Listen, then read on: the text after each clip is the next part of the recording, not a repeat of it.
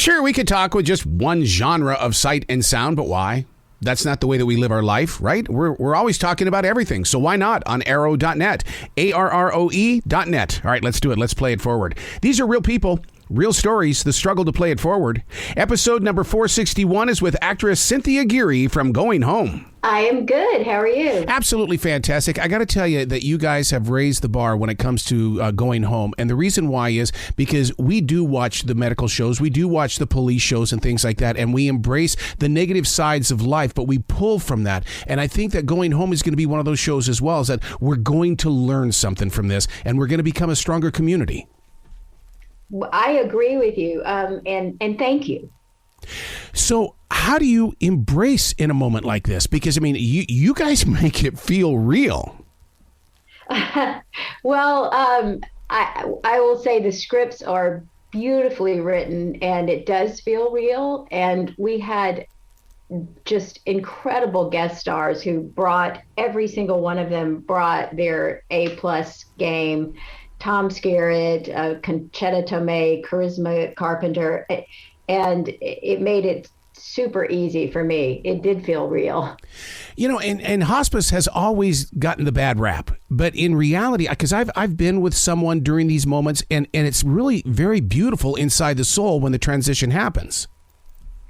Well, I had never had experience with hospice. Luckily, I'm knocking on wood right now. My parents are in their 90s and are still healthy and doing well. And I hadn't had a lot of death in my life, but I was fortunate enough to get to go visit the hospice in Spokane, Washington, that our show creator, Dan Merchant, based this show on. And I met them and talked to them and got a feel for the place, and then read all these beautiful stories that Dan took from real life experiences and from the nurses.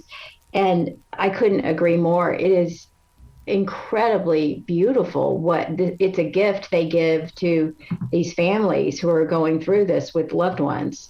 Well, I mean, one of the main themes is that you know people don't understand that death is not the opposite of life. It's a process of life, and I love the fact that you guys have put that inside your trailers and stuff, because it does open your eyes to what it's all about. Absolutely, I feel the same way. It's changed my perspective on death 100%. I feel like we've really opened up this conversation, and it is. I mean, it's something that's going to happen to all of us and happen to our loved ones, and it is a part of life. And why not make it a beautiful, positive experience? Now, in a very big universal way, do you think that doing a show like Going Home also gets inside your mind, body, and soul in the way that you are helping families from Ukraine? Because I mean, you're teaching us through Going Home, but at the same time, you're helping people by being real in this moment of now. Absolutely. 100%. I mean, I think that it definitely permeates my real life, and yes. With these families, do you get to work one-on-one with them? Because I can't imagine the culture change that they're moving through. But at the same time, I have a neighbor who has spent the last 3 years in Ukraine, and he doesn't want to come home. He's over there helping out the reporters.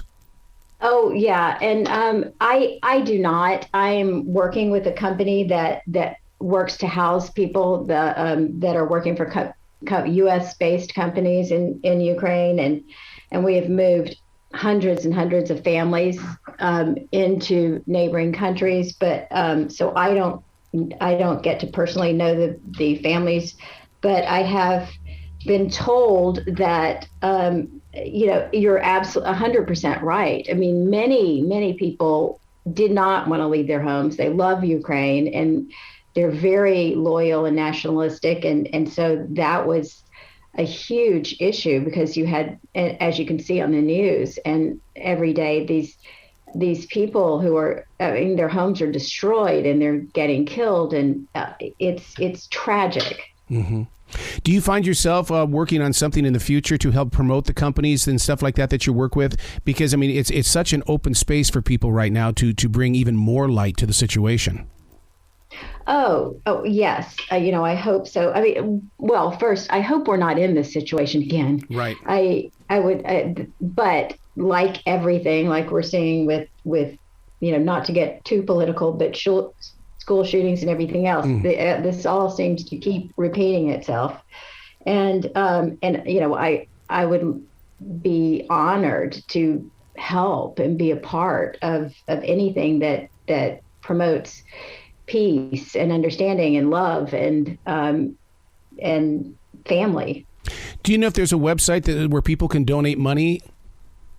I'm sorry. I should have prepared for that, but I don't have that information for you. I can get it afterwards and have it sent to you, but which may not be good for your listeners. But I'm sure that if you go, there are many reputable national organizations, charitable organizations that are supporting efforts in Ukraine. Absolutely. So what was it like to go from, all of this, the acting and everything like that on television and things, but you stepped back onto the local theater? That people know your name in local theater and you're up there on that stage. Well, I got moved to outside of Seattle, Washington, Bellevue, Washington, in 1990 to do Northern Exposure. Yep. And I'd never been to the Pacific Northwest. I was moved from LA to play the role of Shelley. And it is a truly gorgeous place. I live on a lake and I'm an avid water skier. And after Northern Exposure, I had, I was married and wanted to have children. And I just felt like it was a beautiful, great environment to raise kids. And it was the right choice for me and for my family. But it definitely, it was a choice because I knew that not being in Los Angeles and around agents and managers would probably limit my opportunities. I didn't know how much because there really wasn't any, much TV and film work, sadly, in Washington State until now. It's actually coming back, which is so we passed a huge incentive, a larger incentive package. So I am seeing it come back, but I'm my heart and soul is acting, and that's what feeds me. So I was never going to stop acting, and I was fortunate enough to be able to find some. There's great theater in Seattle, and people who are willing to let me be in their shows and plays, and so I have continued to act in theater in Seattle, and it's been really rewarding, and I've gotten to do some really challenging, great roles that, I probably wouldn't have gotten to do otherwise. Yeah. Now, being up there in Bellevue, and you said you were water skiing, did you go up there to Lake Washington to do the water skiing? I live on Lake Sammamish. Okay. It's just east of Lake Washington, but really close to Microsoft. Oh, so I know what area you're in, because I grew up in the state of Montana. So, running over there to that side of the world that's what we did on the weekends. Oh, yeah. And then we had to stop at Lake Coeur d'Alene for a little bit because I love those waters as well. I know. Well, our series Going Home shoots in Spokane, as you know, and which is really close to Coeur d'Alene. So I'm hoping that if we get another season, I'll be able to take my boat over there and ski in Lake Coeur d'Alene. A lot of creative people make their way to Spokane. I know that from Montana and North Dakota and stuff like that. And the reason why is because Spokane was that next step for a lot of entertainers, be it in radio, television, and things like that. Is it still that pulling place, that where people still go to it first before they make their way to Seattle or even LA? I have been shocked. Paul McCartney opened his tour in Seattle. I mean, in Spokane. There's an energy about it. That's why they had the World's Fair back there. What was it, 72 or something like that? Oh, was it? Well, that was the World's Fair in Seattle. But did they? You may know more than I didn't think they did it in Spokane. Yeah, it was probably I think what really got me was the fact that they were putting focus on the future. And as a kid, I was like going, you got to be kidding me. I mean, who's talking about the future that far out there? Well, see, you know more than me. I grew up in Jackson, Mississippi. Oh boy. So having never been to the West Coast until I moved to LA and finished school at UCLA, but never been to the Pacific Northwest until I was moved here to do Northern Exposure. What kind of energy did you feel when you were at UCLA? And the reason why I bring that up is because my daughter graduated from UCLA, and I always felt amazing when I was on that campus. And I think it's the history, or just basically it's a great lay of land. Oh, I adored it. Now I have to say I'm not a real Bruin. I graduated from University of Mississippi, Ole Miss, but I moved to LA because I secretly wanted to pursue acting. I didn't really tell my parents that. I went to summer school at UCLA, and at the end of the summer, I had started acting classes and called my parents and said, I can't come home. You'll kill my soul. I was a bit dramatic.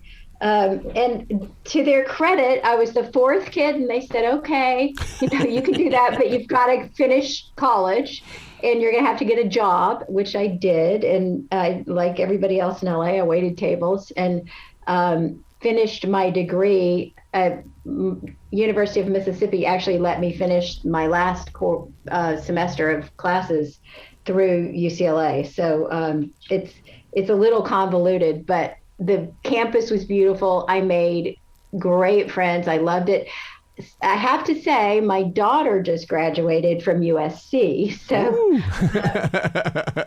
yeah, she's a screenwriter. Oh, see, it's still running in the family then. It is. I had a little bit of influence on them. So then, do you find yourself working with her on something in a movie? And the reason why I bring that up is because, David Crosby says that his greatest lessons in life are what he's learning right now from his own son who's producing his music. Oh, I would not like nothing more than to be able to work on a project with my daughter. In fact, she has a pretty awesome script that's getting passed around Hollywood right now, but and she's very kindly wrote a pretty cool part for her mom. But she's just graduating, and I have been in some of her student film projects, and she's one of the best directors I know. So now, as an actress, do you find yourself heavily inspired by the current stage that we are in, this binge watching age? Because it seems like that it's the playing field has opened up because there's so many things that actors can do nowadays. Oh, absolutely. I love it. I mean, there's certainly pros and cons, but because there's just so much content. But I really feel like it's given voice to so many more people and new voices, and we're able to, everything is available to you. And as an actor, that's super exciting. There's just so many roles and great scripts and projects and interesting things to do and to see and to watch. And the funniest thing about it is that so many people are discovering shows from the past, and they're calling it their new watch. If you've never seen it, then it's brand new. Right. And I see my kids watching shows from the 90s, which don't get me started. They keep talking about a Northern Exposure reboot, and why the old show isn't streaming is baffling to me, but it's not. It's that someone's going to open that door. They have to, because it was such a major part of our lives. I remember talking about it on the radio because listeners wanted to know more. It was part of the conversation of the everyday world. Oh, well, there's a huge fan base that still is very active, and they have reunions. We had it's been 30 years now, reunion, and people from all over the world. It was a really groundbreaking, special show, and I hope that they will air the air it again on one of the streaming platforms. And listeners need to understand that when Northern Exposure first appeared on television, the internet was there, but it wasn't what the internet is today. And so we had to use physical conversation in order to talk about our favorite shows. Absolutely. Yeah. My kids just can't even fathom the fact that we didn't have cell phones. I'm like, no, I remember when I got the big brick cell phone that looked like a brick, and it was while we were shooting Northern Exposure. I think it was like in the second season. I actually had this phone, but it wasn't, and they're like, but how did you communicate? How did you? And I'm like, we actually talked to each other. Or when someone actually showed me moving pictures on a smartphone, I'm going, what? I'm going to watch TV one day on that thing? Are you kidding me? Why? Yeah. I still kind of, I have, but I like, a big screen is always better. Yep. Yeah. And I'm so happy that people are going back to the movie theaters again as well. Are you working on anything that's going to put you up on that big screen? I am doing a small role in a little independent film that probably will be a while before you see it. I'm shooting in August, so more to come on that. But I hope so. John Waters says that those independent films those are the things to do and the reason why is because it brings out that live performance as if you're like on a live stage, because you've only got so much time. You can't mess around with retake. And he says he loves that vibration. It's like, go, make it work. It is. It's really fun. I enjoy it too. And it's just, there's a lot of camaraderie on indie films. Everybody's in it because they love doing it. You're not making a lot of money and you're working long hours. So it's, the atmosphere is when it's right, it's pretty cool. It kind of reminds me of, when I was a child, my dad would say, well, John Wayne's been in 225 films. Dad, how is that possible? He says he never said no. He just kept appearing in movies. Right. I know. I heard that's Michael Caine's philosophy, too. I think it's a good one. Absolutely. So where can people go to find out more about Going Home and find out more about you? Well, Going Home is streaming on PureFlix, yep. And all you have to do is load the app on your TV if you don't already have it. The first week is free, and just look for Going Home on the PureFlix app, and it's PureFlix. And as more about me, you can, I guess, I'm doing a lot of interviews these days in all kinds of places. Listen to radio, you can Google me, you can, and I am. If you're asking for all my social media stuff, I have to laugh because I'm really not big on social media, but my kids are kind of making me. So I have some. If you're asking me what all of my things are, I'm going to mess it up, but I'm sure, I do have Instagram and that. So if you put my name in, you can find me. That's it. I always tell people that they'll go, so where can I find your shows? Just Google it. I could give you a million places to go and you won't remember. Right. Please come back to this show anytime in the future. The door is always going to be open for you. Oh, thank you so much. I will. I appreciate it. It was fun talking to you, and yeah, I hope we get to do it again. Well, hopefully I can get back up there to Spokane. We can go to Yakima and get some of those delicious peaches. Sounds good. You be brilliant, okay? Thank you.